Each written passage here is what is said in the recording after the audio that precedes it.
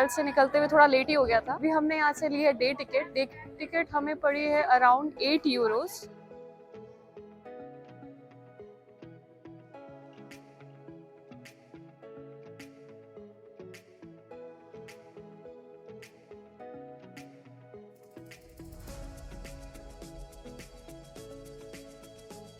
तो हम आए हमारी पहली लोकेशन पे ब्रुसेल्स की, जो कि है ग्रैंड प्लेस।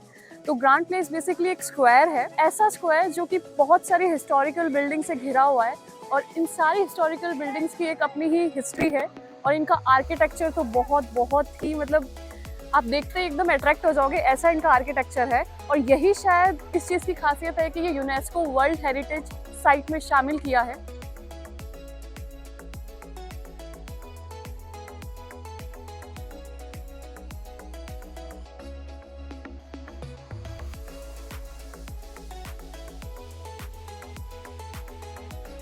ग्रैंड पैलेस की बात करें तो ग्रोथ मार्क भी कहते हैं यहाँ की लोकल लैंग्वेज में। ये एकदम सिटी सेंटर में लोकेटेड है। और अगर बात करें तो इसकी कंस्ट्रक्शन की लाइक कब ये बनना शुरू हुआ था, तो 15वीं सेंचुरी के आसपास ये बनना शुरू हुआ था।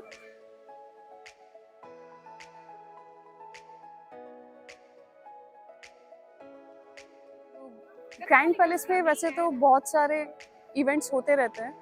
तो यहाँ पे जो फेमस इवेंट की बात करें तो वो है फेमस फ्लावर कारपेट है, जो कि 2 साल में एक बार लगता है, और काइंड ऑफ रंगोली की तरह फ्लावर्स को इस पूरे स्क्वायर पे डेकोरेट करते हैं ये लोग। वो बहुत अच्छा एक्सपीरियंस है अगर आप उस टाइम पे आते हो तो।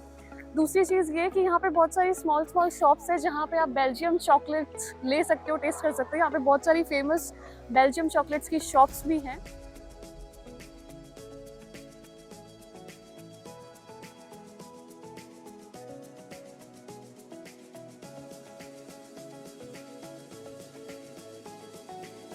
एक और चीज़ मैं आपको बताना चाहूँगी कि अभी तो जैसे हम डे लाइट में आए हैं, यहाँ पे नाइट लाइट में भी बहुत सुंदर लगता है ये स्क्वायर, क्योंकि जैसे कि अगर नाइट में आती हूँ तो मैं आपको ज़रूर दिखाऊंगी, क्योंकि पूरा लाइट से डेकोरेट हो जाती है सारी बिल्डिंग्स एंड ऑल।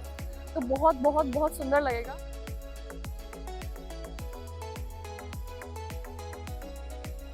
तो पीछे जो आप मेरे एक स्ट्रक्चर देख रहे हो इस ग्रैंड प्लेस का, इसकी एक स्टोरी है जो मैंने इंटरनेट में पढ़ी थी। तो जो लेफ्ट वाला पार्ट है इस स्ट्रक्चर का सेंटर से, वो राइट वाले पार्ट से थोड़ा सा कम है, थोड़ा भी नहीं, बहुत ज़्यादा डिफरेंस है, आप इजीली देख सकते हो।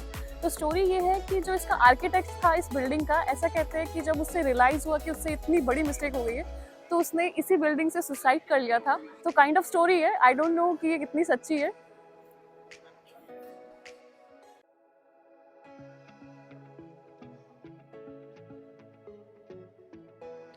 तो अभी हम आए हैं हमारी नेक्स्ट लोकेशन पे, जो कि है मैनेकन पीस।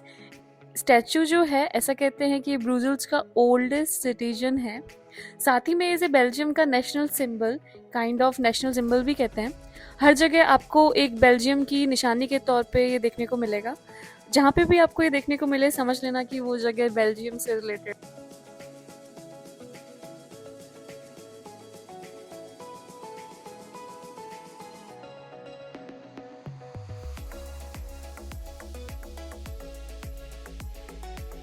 तो अगर आप बात करें इस स्टैचू की, इसकी हिस्ट्री के बारे में, तो इसे 17वीं सेंचुरी में बनाया गया था।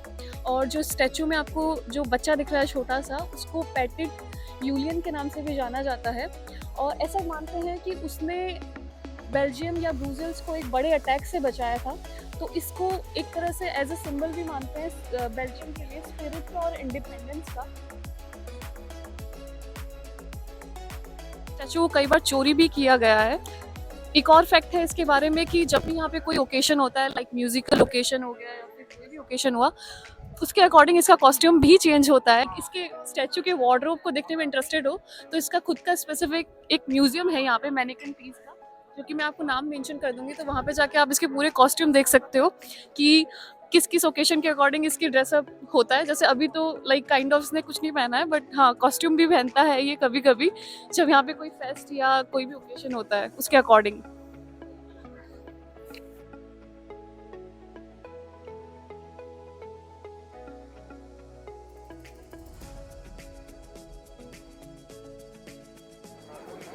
वैसे तो बेल्जियम में बहुत सारे फूड है, पर बहुत ज़्यादा जो फेमस है वो है बेल्जियम चॉकलेट। उसे कैसे भूल सकते हो, उसे तो आई थिंक बच्चे से लेकर बूढ़े तक कोई नहीं भूल सकता। बहुत ज़्यादा फेमस है यहाँ की। बात करें एक फैक्ट की यहाँ पे इनकी चॉकलेट्स की, तो वो ये है कि यहाँ पे जब भी कोई ओकेशन वगैरह होता है तो ये किसी और दूसरी कंट्रीज़ की मैन्युफैक्चर्ड चॉकलेट्स एक दूसरे को गिफ्ट नहीं करते हैं। ये लोग बेल्जियम चॉकलेट्स ही एक दूसरे को गिफ्ट्स में देते हैं यहाँ पे। ऐसा कहते हैं कि अगर कोई दूसरी कंट्रीज़ की चॉकलेट्स यहाँ पे इनको गिफ्ट करता है तो ये थोड़ा सा ऑफेंड हो जाते हैं।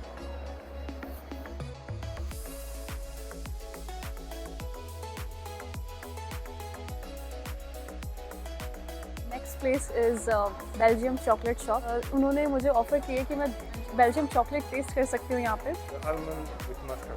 Almond with mustard. Yeah, exactly. This one has almond inside और अभी इसे टेस्ट करके बताती हूँ मैं कैसी है। Thank you. बीच में आलमंड का क्रंच है, बहुत अच्छी है। आप यहाँ पे देखोगे जैसे डिफरेंट काइंड ऑफ चॉकलेट्स है। ये मोस्टली हैंडमेड है, मतलब इनकी शेप थोड़ी सी आपको रफ लगेगी। ऐसा शंख की शेप में मैंने जर्मनी में भी देखी चॉकलेट्स।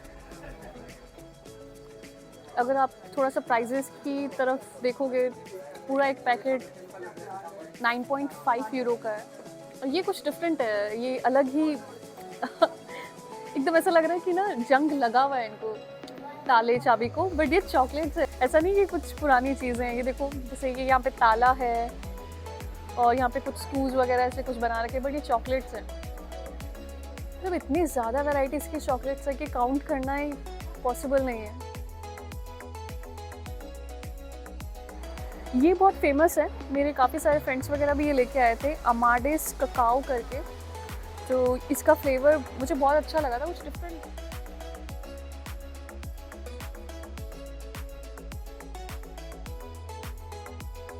तो अभी हम आए हैं, कहाँ आए हैं? खाना खाने आए हैं, कोई लोकेशन नहीं है ये। तो अब हम बात करते हैं बेल्जियम फूड की। तो बेल्जियम के फूड में फेमस जो है ऑफ कोर्स बेल्जियम वेफल्स। तो यहाँ पे बेसिकली 2 टाइप्स की वेफल्स होती है। फर्स्ट बात करें तो बेल्जियम वेफल्स होती है, जिसमें आपको मतलब बहुत ही क्रिस्पी और सॉफ्ट होगी और उसमें आपको शुगर बहुत मिलेगी, मतलब चॉकलेट्स वगैरह की कोटिंग रहेगी, शुगर की कोटिंग रहेगी, पल्स शुगर कहते हैं उसे। और कोटिंग्स भी बहुत डिफरेंट टाइप की रहती है, उसमें फ्रूट्स की रहेगी, कोई भी फ्रूट्स आप अपने अकॉर्डिंग चूज़ कर सकते हो, चॉकलेट्स या कोई भी अदर इनके पास टॉपिंग है तो आप अपने अकॉर्डिंग चूज़ कर सकते हो। और बात करें दूसरी वेफल की जो बहुत ज़्यादा फेमस है, वो है ब्रूजल वेफल्स। उसमें कोई टॉपिंग्स नहीं होती, ना कोई शुगर होती है, वो काइंड ऑफ एक वेफल ही होता है और आप उसे खा सकते हो। तो वो इतना पसंद नहीं करते हैं, मैंने देखा है। मोस्टली लोग यहाँ पे बेल्जियम वेफल्स ही खा रहे हैं। सेकंड फूड की बात करें तो वो है फ्रेंच फ्राइज। फ्राइज़ के बारे में अगर आपको मैं यहाँ पे फैक्ट बताऊँ तो फ्रेंच फ्राइज़ जो पूरे वर्ल्ड में ये नाम फेमस है, वो यहीं से जनरेट हुआ था। इन्होंने इस चीज़ को इनोवेट किया था इस नाम से, फ्रेंच फ्राइज़। तो वो भी यहाँ पे बहुत फेमस है, जो भी हम खाएंगे आगे।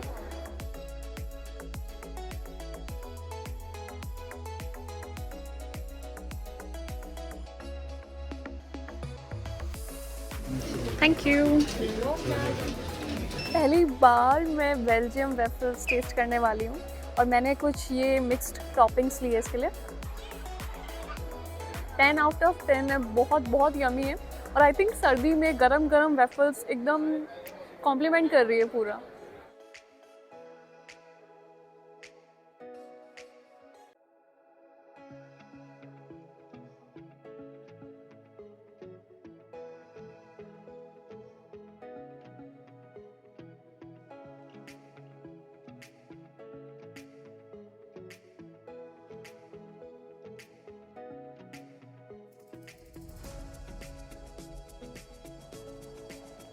तो अभी हम आए हैं बेल्जियम के राजमहल में, इसे कहते हैं रॉयल पैलेस यहाँ का। और ये बना था 18th सेंचुरी के आसपास और बहुत सारे रिनोवेशन इसमें हुए हैं और अभी भी आप देख सकते हो कि यहाँ पे कुछ ना कुछ रिनोवेशन हो रहा है। तो बात करें इसके राजा और रानी की, जो कि आज भी यहाँ पे रहते हैं। तो अभी जो यहाँ का प्रेजेंट राजा है वो है फिलिपी, जो ईयर 2013 में बने थे। तो वो यहीं रहते हैं। ये यहाँ पे बहुत ही इम्पॉर्टेंट रोल प्ले करता है, जैसे कि यहाँ पे बहुत सारी ऑफिशियल सेरेमनीज होती हैं और यहाँ पे बेल्जियम का नेशनल डे जो कि 21 जुलाई को आता है, वो भी यहाँ पे सेलिब्रेट किया जाता है। अब बात करें टूरिस्ट की, तो एज अ टूरिस्ट अगर आप इसको एक्सप्लोर करना चाहते हो अंदर से, तो मोस्टली ये समर्स में ओपन हो जाता है, बट अनफॉर्चुनेटली अभी अप्रैल चल रहा है और ये क्लोज्ड है because of this construction going on. और आप सेल्फ गाइडेड टूर भी ले सकते हैं जब ये ओपन होता है, और अंदर से इसकी ब्यूटी, इसका आर्किटेक्चर और इसकी हिस्ट्री के बारे में जान सकते हैं।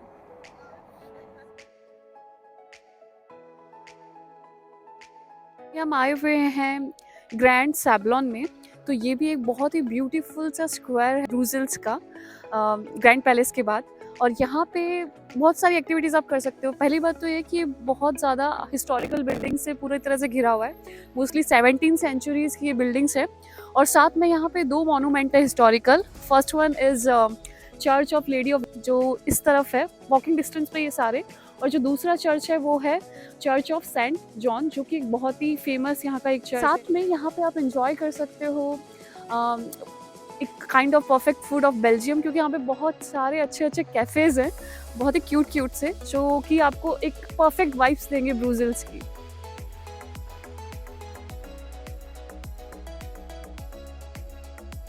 इस चर्च का नाम है the church of lady of victories का, यहाँ की एक लोकल लैंग्वेज में भी नाम है नोटोरे डेम डू सैवलॉन।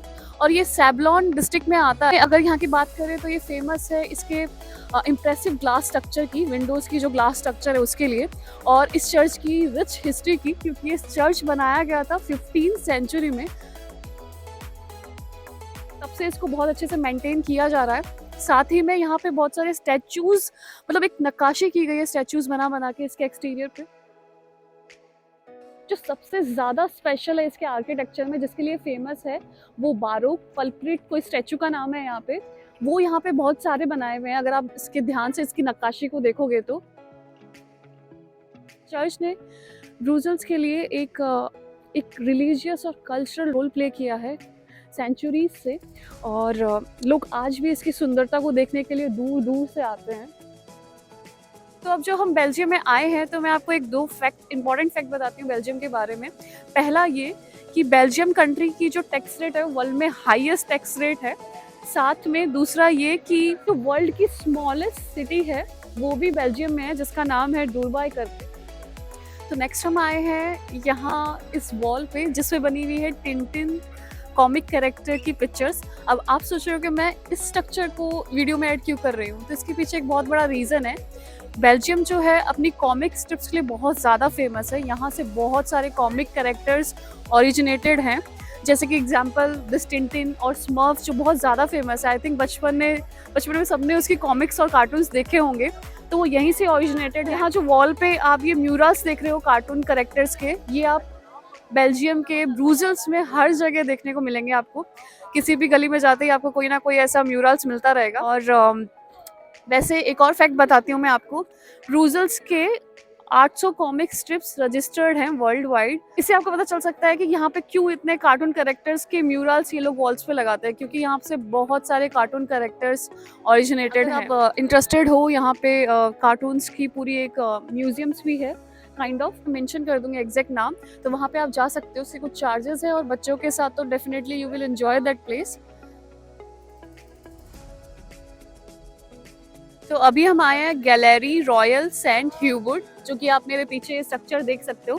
तो ये एक शॉपिंग स्ट्रीट है जो कि मिड ऑफ 19th सेंचुरी में बनी। पूरे यूरोप में ये शॉपिंग स्ट्रीट तब से ये बहुत फेमस है। अंदर का जो मिडिल पोर्शन है इस गैलरी का, वो पूरा ग्लास से कवर्ड है, दैट्स इट्स स्पेशलिटी।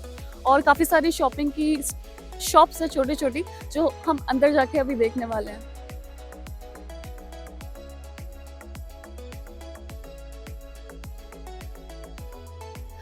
कल हमने खाए थे वेफल्स, बेल्जियम के फेमस वेफल्स, और आज हम खाने वाले हैं बेल्जियम के फ्रेंच फ्राइज। और मेरे मुंह में अभी से पानी आ रहा है, क्योंकि भूख भी बहुत तेज़ लगी है। तो हम इतनी लंबी लाइन में खड़े हैं इसको लेने के लिए, जो कि शायद बहुत ही फेमस शॉप है, सेंटर में ही है ये सिटी के।